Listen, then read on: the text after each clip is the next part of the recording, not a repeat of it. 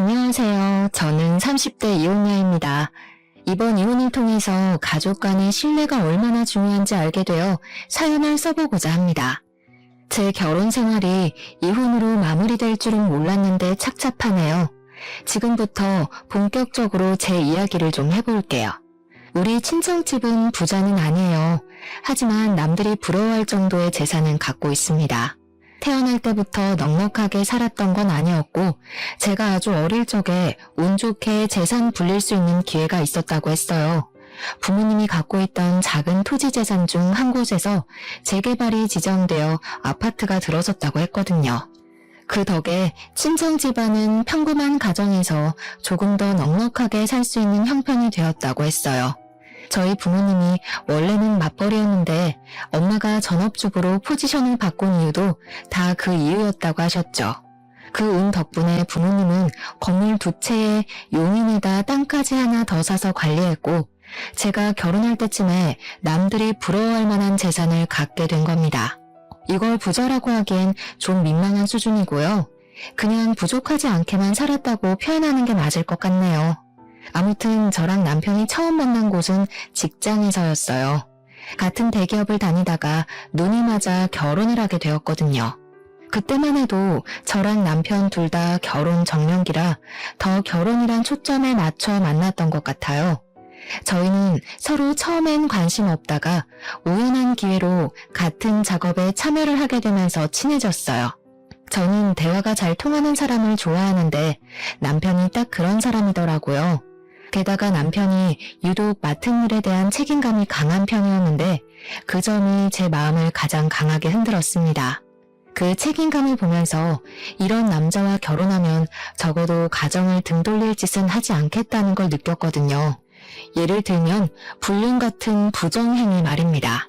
저 또한 스스로에 대해 책임감 정도는 가지려고 노력하던 사람이었기 때문에 만약 결혼을 하게 된다면 부모님의 도움보단 제 선에서 해결하고 싶었거든요. 그래서 제가 꾸준히 돈을 모아왔는데 신기하게도 그건 남편 또한 마찬가지더라고요. 남편도 집에 손 안 벌리고 혼자 돈을 부지런히 모았대요.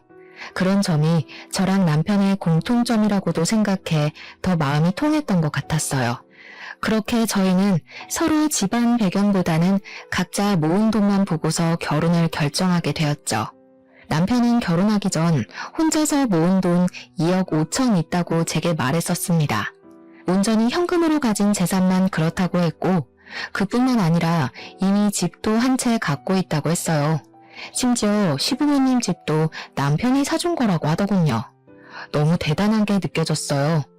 남편이 아무리 대기업 사원이라고 하더라도 나이가 40대, 50대도 아닌데 그렇게까지 재산을 모으고 관리했다고 하니까 존경스럽기까지 하더라고요.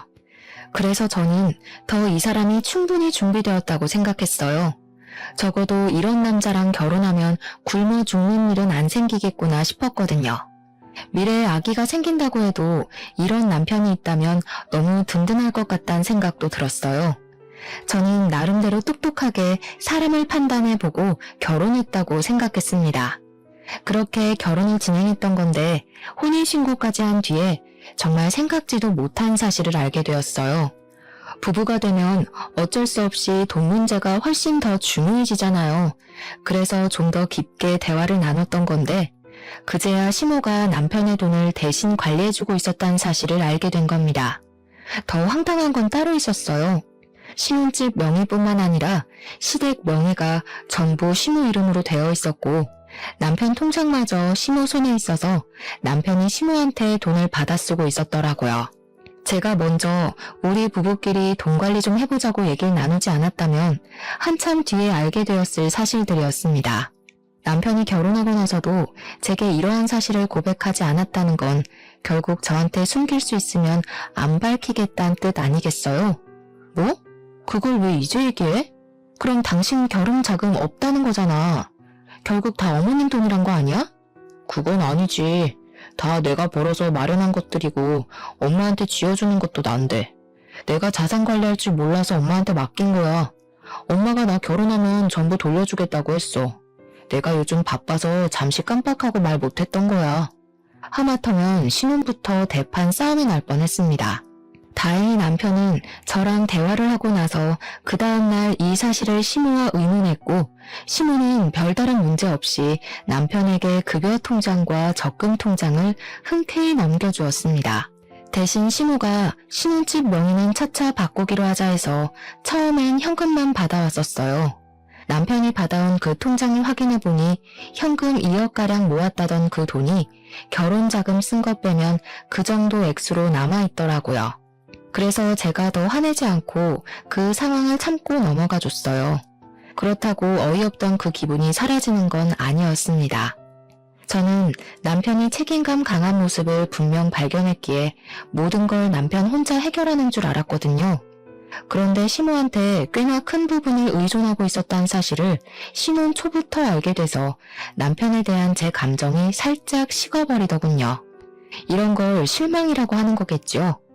물론 그렇다고 남편에게 벌써부터 실망이란 말을 하진 않았어요. 그냥 제가 바로잡고 싶었던 것 같습니다. 제가 선택한 결혼을 후회하지 않으려고 어떻게든 남편의 실망스러운 모습을 이해하려고 했었죠. 근데 이 사실이 생각보다 길게 갔고 큰 파장을 가져오리라고는 상상도 못했어요. 시모가 돈 개념이 워낙 강한 사람이라는 것도 이 문제 때문에 알게 되었는데요. 시모는 돈에 대한 애정이 조금 남다른 것 같았습니다.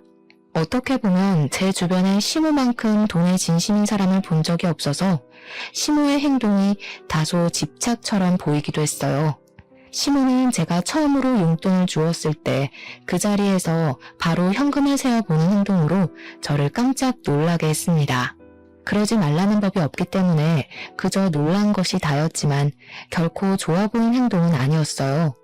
그 용돈은 저랑 남편이 신혼여행 다녀오고 부부로서 잘 살아가겠다는 마음으로 준비했던 첫 용돈이었거든요. 양가 어른들께 똑같은 금액으로 드렸는데 시모만이 그 봉투를 받자마자 개봉해서 세어봤고 이내 저희에게 하는 말은 저를 더 놀라게 했었죠. 신혼여행 가서 재밌게 놀긴 했나 보구나. 돈이 얼마 안 남았나 보네. 그래도 앞으로는 이 액수보다 더 챙겨주겠지. 그럴 거라 믿을게. 저희 친정에서는 그 용돈을 받지 않으려고 했었는데 시모는 다음 용돈까지 바라고 있어서 당황스러웠습니다. 심지어 돈 버는 사람이 두 사람이니 더 넣어달라고 노골적으로 말한다는 것이 제겐 좀 많이 충격이었어요. 자기 아들한테 하는 말이면 이해하겠는데 저는 시모랑 얼굴 본 지 한 달도 채 안 된 상태였거든요. 그런 남의 자식에게 당당하게 용돈을 요구하는 시모의 태도가 무례하게 느껴질 수밖에 없었죠.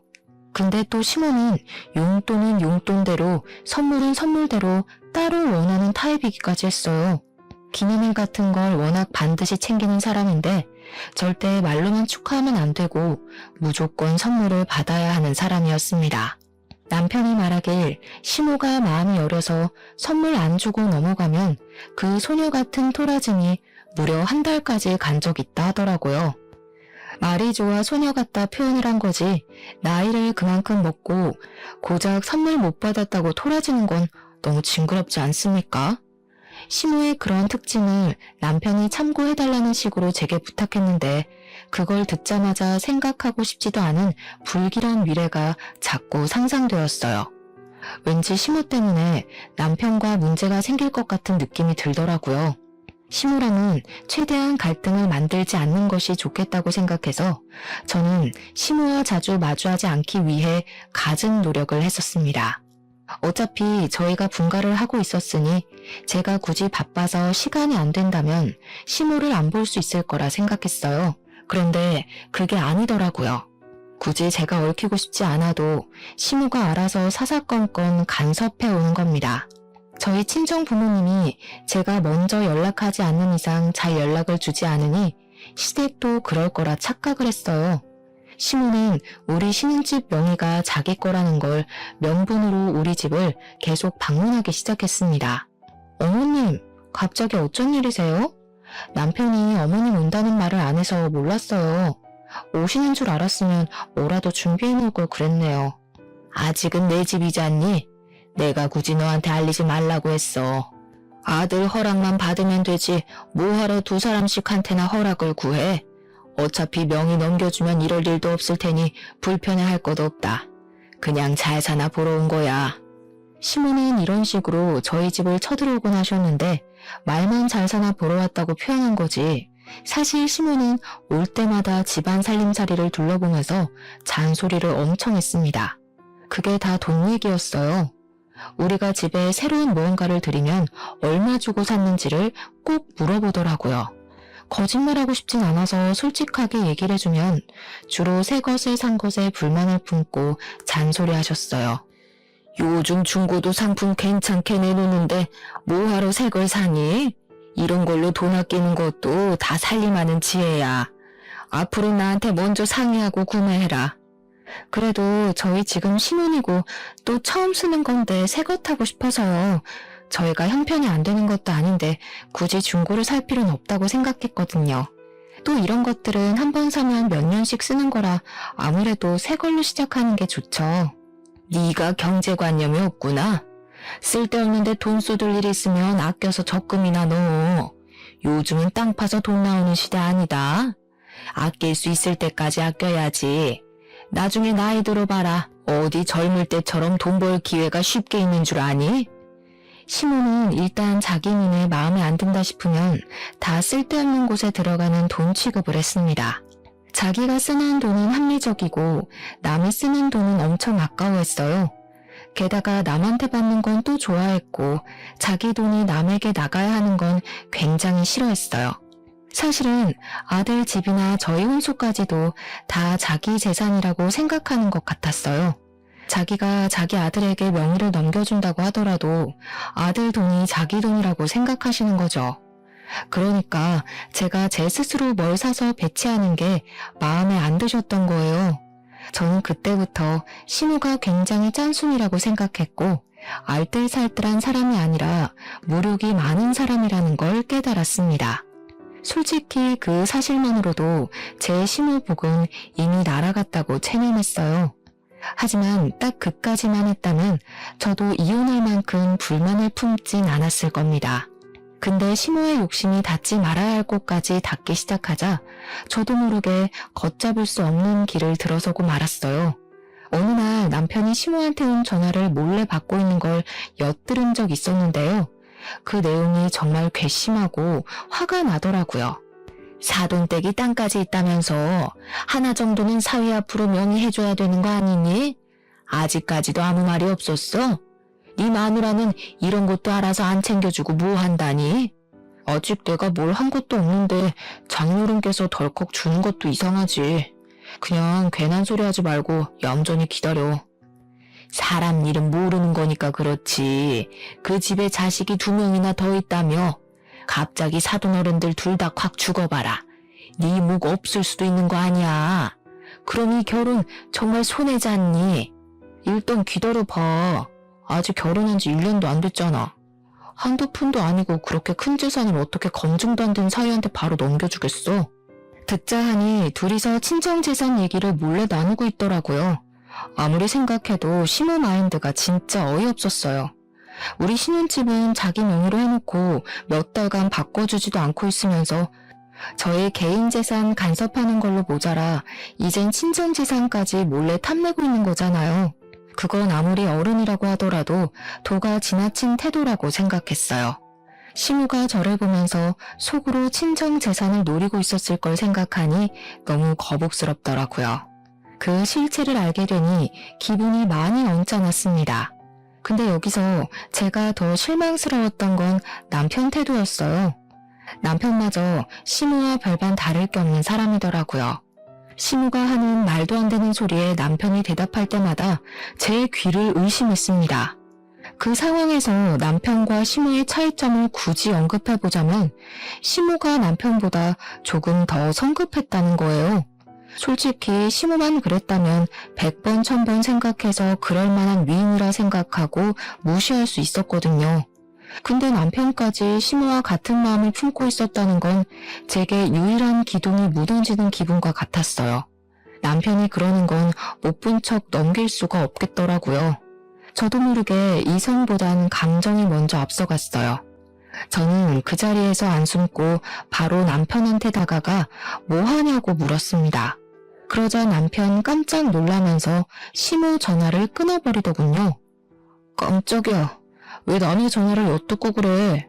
언제부터 있었어? 처음부터 다 듣고 있었던 거야? 처음부턴 못 들었지. 어머님이 우리 부모님 중매만에 하면서 재산 챙기라고 했던 거랑 당신은 거기에 반박은커녕 어머님 달래면서 기회 엿보고 있다는 것만 들었어. 그래서 우리 부모님한테 뭘 뜯어낼 생각인데? 뭔 개소리야. 우리가 뭐가 아쉬워서 남의 재산을 탐내겠어. 당신이 잘못 들은 거야. 그냥 엄마 친척 중에 재산 문제가 있어서 그래. 그동안 이런 식으로 숨겨왔구나. 내가 똑똑히 들었는데 뭘 아는 척이야. 그럼 어머님한테 가서 직접 물어볼까? 방귀 낀 놈이 더 성낸다고 남편은 저랑 입씨름하기 피곤하단 핑계를 대면서 자리를 피해버렸습니다. 당연히 저만 남편 뒤를 졸졸 쫓아다니면서 남편한테서 사실을 독촉했어요. 그랬더니 그게 결국 불씨에 기름을 들이부었고 결혼 후 처음으로 남편과 대판 다툼을 벌였습니다. 그럼에도 불구하고 남편은 끝까지 사실을 부정하더군요. 뒤늦게 사실을 밝혀도 속상할 마당에 저를 대체 뭘로 보는 건지 끝까지 숨기는 태도 때문에 더 실망이었죠. 사실 제가 당장 남긴 증거가 없었으니 저도 다짜고짜 시모한테 가서 이 문제를 따질 수 없었어요. 저는 그 뒤로 시모랑 남편을 유심히 살피게 되었습니다. 근데 남편이 시모한테 언질이라도 준 건지 시모가 언제나처럼 짠순의 기질만 있을 뿐 둘이 몰래 통화하는 일은 없더라고요. 일부러 더 조심히 하는 것 같았고 시모는 일부러 더 아무렇지 않은 척 저를 갈구는데 신경 쓰기만 했어요. 제가 굳이 시모를 자극해야만 그들 속셈을 조금이라도 드러낼 수 있겠더라고요. 혹시 제가 떠보면 넘어오지 않을까 싶어서 저는 한날 작정하고 철판을 깔았습니다. 그날은 시댁에서 밥 먹는 날이었어요. 참, 어머님, 저희 신혼집 명의 언제 바꿔주실 거예요? 이렇게까지 미룰 이유가 없는데 혹시 주기 싫으신 건가요? 아니면 저랑 남편이 오래 못 살 것 같아서 재산 지키려는 거예요? 저는 대놓고 뻔뻔하게 명의 변경을 요청했습니다. 그랬더니 제가 직접 물어볼 줄은 몰랐는지 시모가 당황해하더라고요. 그게 뭐가 그렇게 중요하니? 어차피 내 명의로 돼 있어도 내가 죽고 나면 내 아들 재산인데 내 아들 명의로 바꾸나 내 명의로 두나 그게 그거지. 그리고 너희들이 이혼을 하든 말든 그것까지 내가 어떻게 관여를 해? 넌 대체 나를 어떻게 생각하고 있었던 거니? 혼자서 아주 소설을 썼나 본데? 혹시나 싶어 여쭤봤죠. 사실 저도 부모님께서 원룸 건물 하나 준다 그랬는데 그냥 부모님 명의로 두라 그랬거든요. 저랑 남편이 언제 어떻게 될지 모르니까 굳이 서두를 필요 없잖아요. 근데 어머님 말씀 듣고 보니 그렇네요. 어차피 저희 부모님 돌아가시면 다 제 재산이니 굳이 명의는 안 바꿔도 되겠어요. 안 그래요? 친정 부모님께서 원룸 건물을 주기로 했다는 말은 사실 거짓말입니다. 시모가 워낙 친정 재산에 눈독 들이고 있는 걸 알아서 제가 한번 떠본 거였어요. 그냥 그렇게 지원해서 한번 말해봤는데 생각보다 시모 반응이 현실적이더라고요. 제 말에 당황하고 기분 나쁜 티를 팍팍 내는 거 있죠. 그 상황에서 남편은 밥만 퍼먹고 있었고 시모는 저를 보고 기막혀하는 얼굴로 노려보기만 했습니다. 저한테 따지고 싶은 게 많아 보이는 얼굴이었어요. 하지만 정작 자기가 뱉은 말이 있으니 저의 단호한 결정에 따로 반박은 못하더군요. 공짜 건물을 놓쳐서 기분이 많이 상한 것 같았습니다. 솔직히 그 얼굴을 보고 싶었던지라 아주 쌤통이라 생각했네요. 그날 이후로 시모랑 남편이 어떤 대화를 따로 나눴는지는 모릅니다. 대신 저희 집을 자주 찾아오던 시모의 발걸음이 뚝 끊긴 건 느꼈어요. 남편도 제 눈치를 보면서 잘해주기 시작했고 제 입에서 다시 건물 얘기가 나오길 기다리는 것 같았죠. 그렇게 좀 잠잠한 시간을 보내면서 서로 감정 상했던 사태가 수습이 되는가 했어요. 그런데 어느 날 예상치 못한 소식을 접하게 되었습니다. 제가 시댁의 코를 납작하게 눌러준 지 얼마 되지 않아서 우리 아빠가 하던 사업이 크게 망해버린 거예요. 그 탓에 친정이 갖고 있던 재산은 거의 몰수됐고 아빠는 약간의 빚만 져서 겨우 상황을 무마시켰습니다. 어린 시절부터 쭉 저희 아빠 회사는 강건했는데 생각도 못했던 아빠 회사의 부도는 저에게도 큰 충격이었어요. 그 바람에 친정 부모님은 결국 작은 원룸방으로 이사를 가게 되었고 친정 아빠는 순식간에 신용불량자가 돼서 아무것도 할 수가 없는 상황이었습니다. 제가 모으고 있던 돈으로 친정 부모님께 집이랑 식비 등을 해결할 수 있는 여윳돈을 보내줘서 최악의 처지까진 면할 수 있었어요. 그래도 저랑 엄마는 아빠가 여기서 무너지지 않는 것을 더 중요하게 여겨서 따로 내조를 많이 하였습니다. 아빠는 가족들을 보면서 책임감을 절대 놓지 않았고 좌절할 여유도 갖지 않고서 바로 재기 준비를 하셨어요. 그런데 아빠가 신용불량자라서 사업을 새로 시작하더라도 명의를 아빠 걸로 하기 어렵더라고요. 그래서 제가 흔쾌히 빌려줬습니다. 사업장 등록이랑 사업장 임대 등을 전부 제 명의로 시작하게 된 것이죠. 이 문제로 저는 한동안 친정 부모님 보필하느라 정신없었어요. 당연히 제 친정 사정은 한 이불 덮고 사는 남편이 알 수밖에 없잖아요. 처음에는 저희 친정 부모님 걱정을 하더니 제가 돈을 못 모으고 친정에다 돈을 쓰고 있으니까 남편이 슬슬 한두 마디씩 얹더라고요. 그러다 장인어른 또 망하면 그 다음은 어떻게 도와주려고 벌써부터 돈을 퍼다 나르고 있어? 나중에 나한테도 돈 빌려달라 손 벌릴 거야? 당신은 우리 부모님 고생하는 것보다 그게 더 걱정인 거야? 우리 부모님한테 괜찮냐고 전화 한 통이나 해주고 말을 해. 그리고 걱정 마. 주머니 사정 어려운 놈한테 손 벌릴 생각 없으니까. 남편은 원래 받고 싶던 재산을 못 받게 됐다는 생각 때문인지 저를 대하는 태도가 점점 변해갔습니다. 갈수록 예민해져선 일부러 시비를 걸더라고요.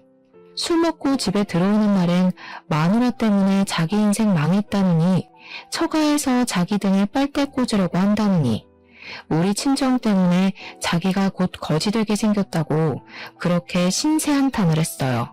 재수없었습니다. 저희 집에 재산이 넉넉할 땐 어떻게든 하나 얻어내보겠다고 눈치 보고 아부떨더니 떼먹을 재산 사라지니까 그냥 저를 떼어놓고 싶나 보더라고요. 그렇잖아도 스트레스 받는데 누가 부모 자식 사이 아니랄까봐 이런 진상짓을 남편뿐만 아니라 시모까지 똑같이 저질렀어요. 우리 집 망하고 나서 시모가 처음 저를 찾아왔을 때 저 바로 쫓겨날 뻔했습니다. 대체 이게 무슨 혹 때려다 혹 붙인 격이야? 그놈의 명의 하나 얻겠다고 내가 별꼴을 다 겪는다. 아니, 바깥 사돈은 일처리를 어떻게 하셨길래 부도를 내? 예, 나는 빚쟁이 사돈 안고 갈 생각 추호도 없으니까 당장 이혼해라. 이러다 앞길 창창한 내 아들 인생까지 망하겠어. 네? 저희 아빠가 남편한테 피해준 것도 없는데 무슨 발목을 잡았다고 그래요. 그리고 저희 아빠 다시 재기하실 거거든요. 지금도 새 사업 준비 중이라고요. 말 잘도 지어낸다. 너 네 아빠 망할 줄 알고 신혼집 명의 달라고 한 거지? 신용불량자가 무슨 사업을 제기해? 내가 집에만 있다고 그런 것도 모를 줄 아니? 집에만 있으셔서 모르시는 것 맞네요. 명의는 빌릴 수도 있는 거 모르세요? 제가 아빠한테 명의 빌려줘서 시작할 수 있었어요. 저희 아빠 책임감 강한 분이라 분명 재기 성공할 거라고요. 이혼을 안 하려고 발악한 게 아니라 저는 단지 시모가 먼저 저한테 이혼을 주장하고 있는 것이 마음에 안 들었어요. 이혼을 통보해도 제가 먼저 하고 싶었습니다. 저는 잘못한 게 없는데 이혼까지 강요받으니까 화가 나더라고요. 그래서 저희 친정아빠가 부도 한 번으로 무너질 만큼 멘탈 약한 분도 아니고 사업가에 소질 있는 사람이란 걸 더 어필했어요. 고작 전업주부인 시모가 우리 아빠를 무시하는 것도 싫었거든요. 그런데 시모는 제 반박 때문에 더 이혼을 강력히 주장했습니다. 뭐? 명의를 빌려줘? 그런 중요한 사안을 왜 마음대로 정하니? 그러다가 그 사업까지 망하면 그 빚 네가 다 떠안는 거 아니야. 그럼 내 아들 인생 완전 쫑나는 거잖아. 이 사람들이 우리 집 재산 홀랑 훔쳐가려고 했나 보네. 순 도둑놈 집안이었구먼.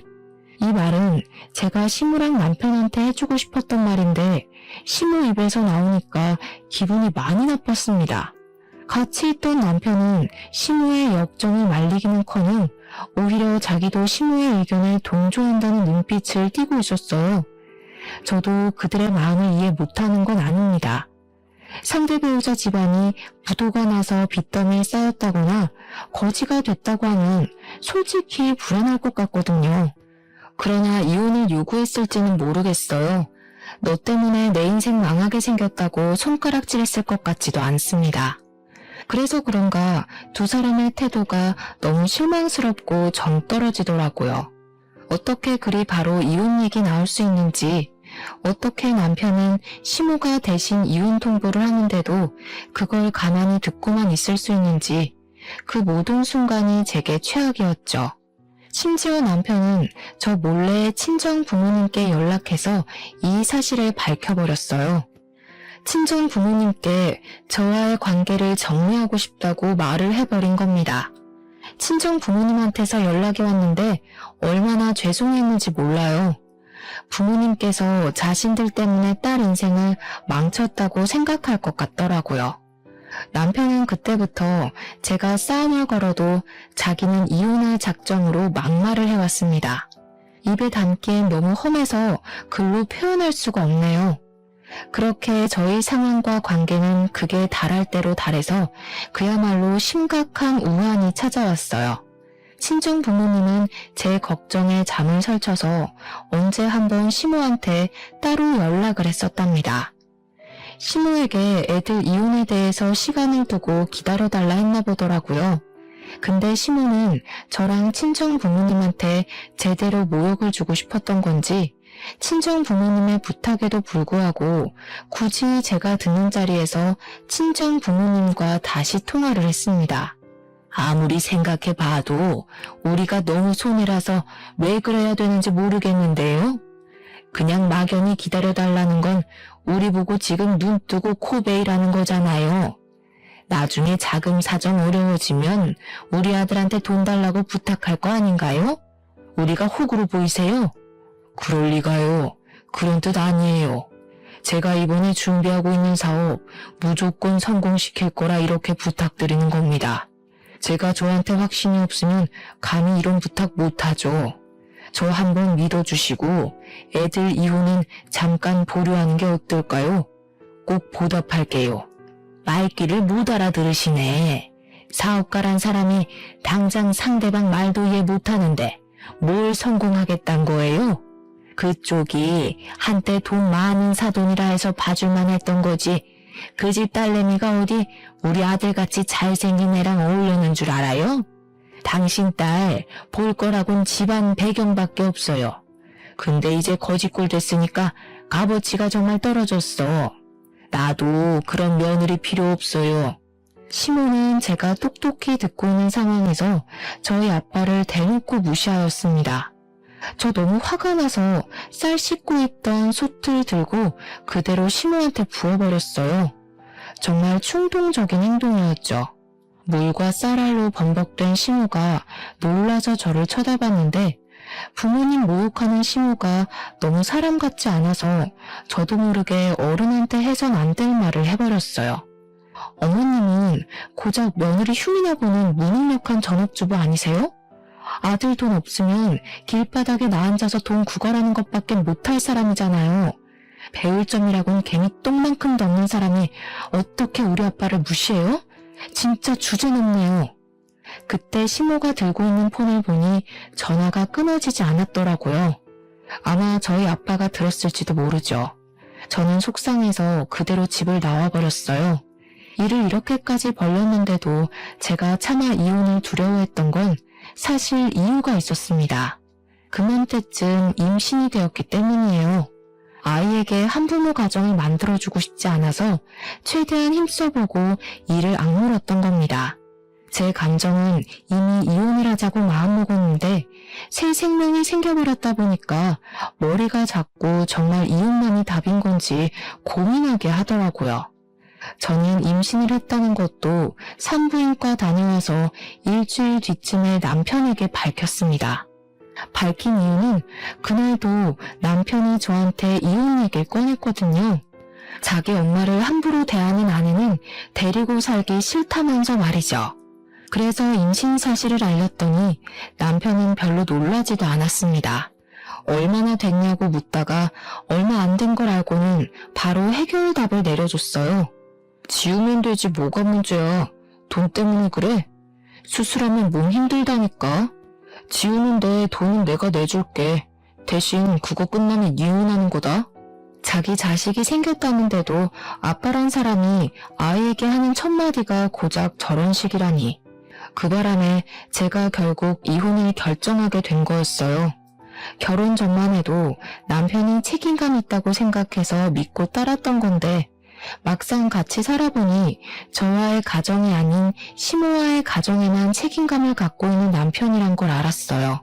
그걸 깨달았을 때 너무 허무했고 제 실수로 인해서 엄한 새 생명이 같이 상처받게 생겼다는 게 미안했습니다. 그래서 시모랑 남편을 용서할 수가 없었어요. 절대 그들이 행복하게 살도록 내버려 두기 싫었습니다. 조금이라도 저만큼의 고통까지 느껴봤으면 했어요. 저는 그들에게 이혼을 받아들이겠다고 얘기를 했어요. 대신 아이는 안 지우겠다고 했습니다. 그랬더니 이젠 양육권 문제 때문에 애 지우라고 겁박을 하더군요. 시모 집 나간 며느리 배에서 나온 아들 핏줄보단 돈이 더 중요한가 보더라고요.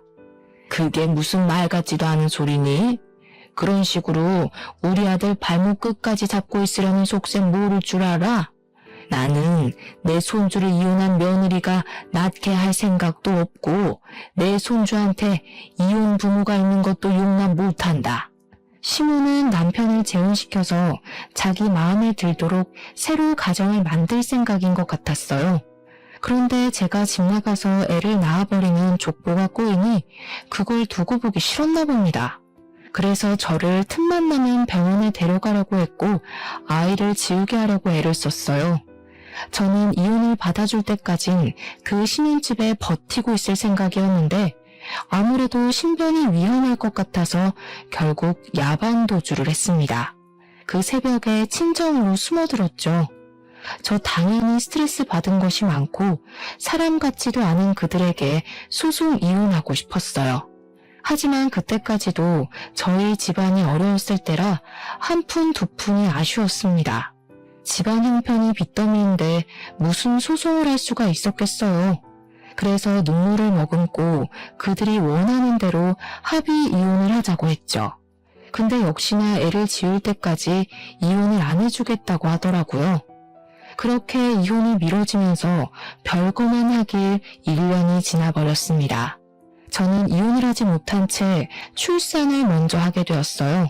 정말 예쁘고 사랑스러운 딸을 낳았는데 그 축복과 동시에 우리 친정에도 드디어 쨍하고 해뜰 날이 찾아오게 되었습니다. 아빠가 저랑 새로 태어난 손녀를 보곤 더 책임감에 불타올랐던 것 같았어요. 열심히 피땀 흘려 끝내 사업 재기를 성공한 겁니다. 그날의 희열은 정말 꿈만 같았습니다. 한번 날개를 한 아빠는 나이를 거꾸로 드시는 것처럼 무섭게 일어서기 시작했어요.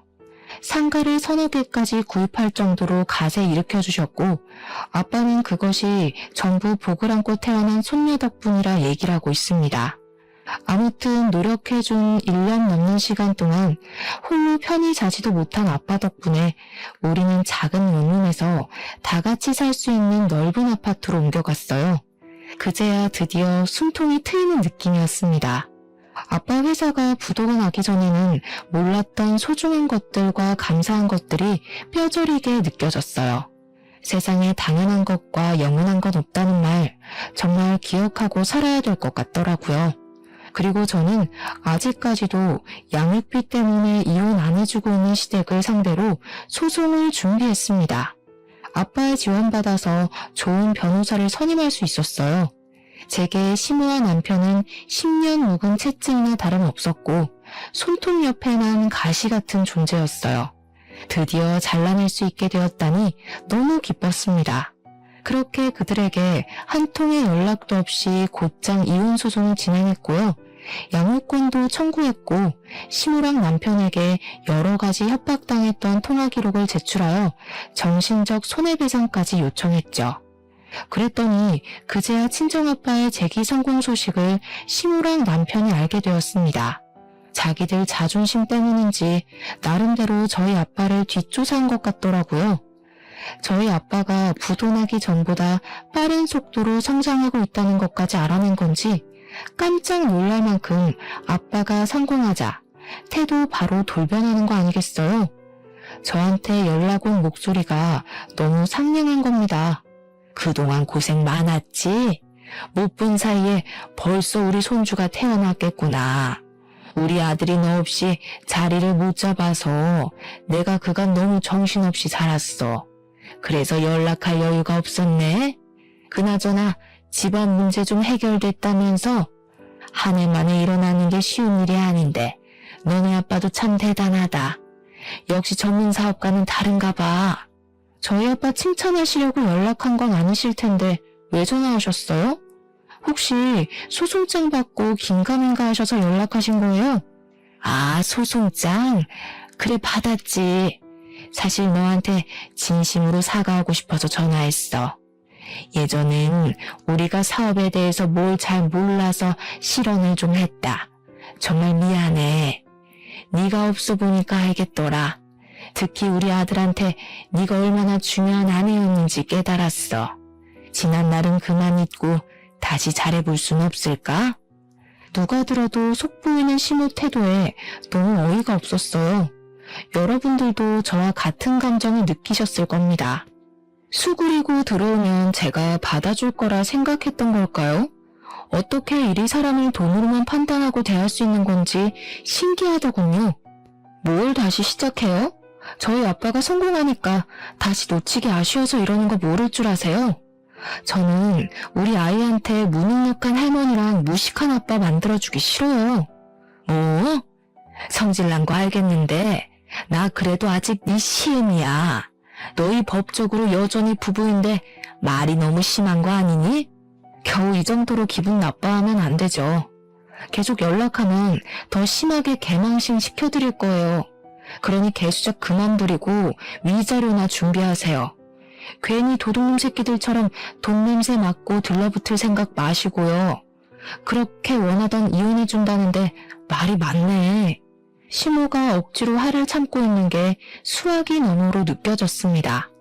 시모는 꽤나 당황했음에도 우선은 제 비위를 맞춰주고자 했어요. 찬찬히 말해보자며 제 막말을 억지로 웃으면서 받아주더라고요.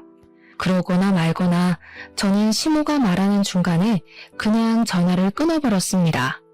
그냥 그렇게 소송 끝내고 이혼을 마무리하려고 했어요.